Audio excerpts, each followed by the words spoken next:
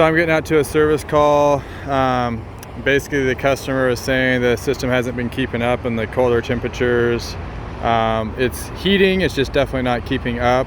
When I got up here, the system wasn't a call for heat.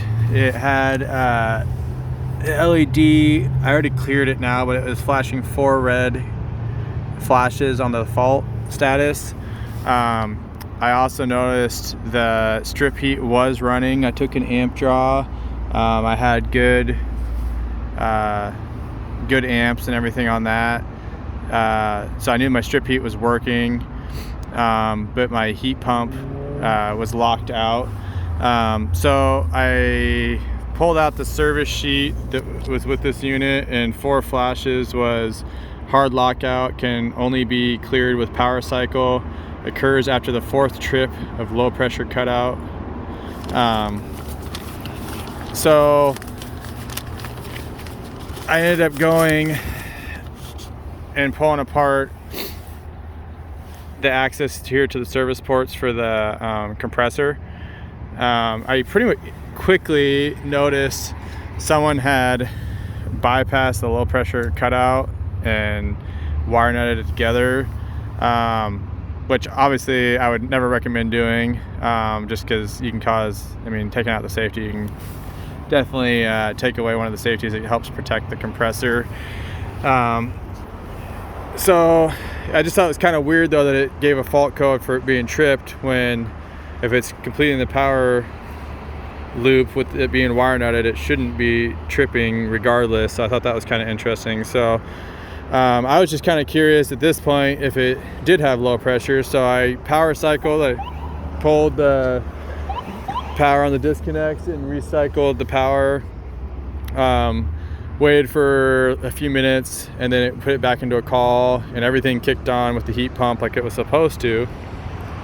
And I just threw my stubby gauge on here, and when it was running, I was at right at 100 psi, which is pretty normal for the kind of weather I have right now as far as the pressure itself.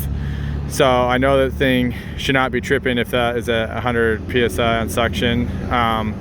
So next I was kind of wondering why it might have done that. So just to try something else, I wanted to cycle it into defrost cycle, just to see if maybe one of the TXVs, when it was going into the defrost, when everything switched over, maybe was bad. So just to kind of see what that was doing, to see if it was pumping down. In here there's these 2 little prongs right here, the top 2, you can kind of see my fingers are touching it, the top 2. I just touched that with a screwdriver, and waited a couple seconds, and it went through its defrost cycle, and still my suction pressure seemed pretty good. It never really dipped below 100 psi for the most part. So it kind of had me stumped a little bit. I figured I'd just give tech support a call just to kind of get a second opinion, because I'd kind of gone through everything I could try, and in all honesty I was starting to kind of lean that the board itself might be bad, just telling it it's, that something's tripped. There's no way it can even trip, and it's not tripping out because it's jumpered all the time either.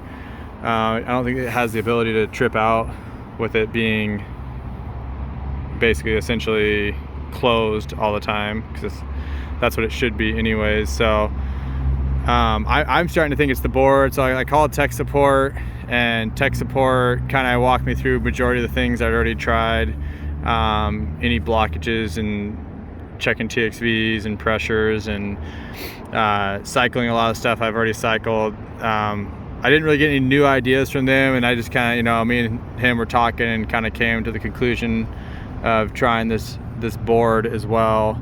I will probably recommend to do this low pressure cutout switch as well at the same time. The unfortunate thing on this one is it is a brazen style.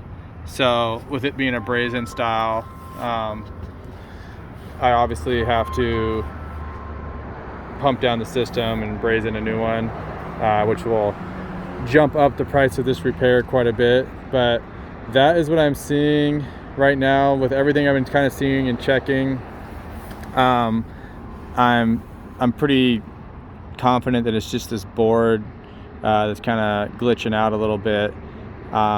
Good thing is I've been up here for a while and it's cycled multiple times and pressures look good. It hasn't tripped out on anything yet. So yeah, that all looks good. Another thing I'm kind of seeing, I'm guessing that strip heat has been running a lot, but it looks like that shielding around this wire is starting to get pretty corroded.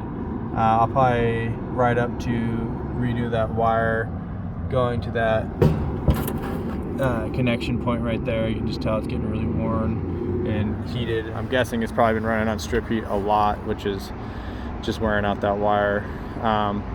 That's pretty much everything though. If you liked the video, give it a thumbs up. If you haven't already, please subscribe, and thank you for watching.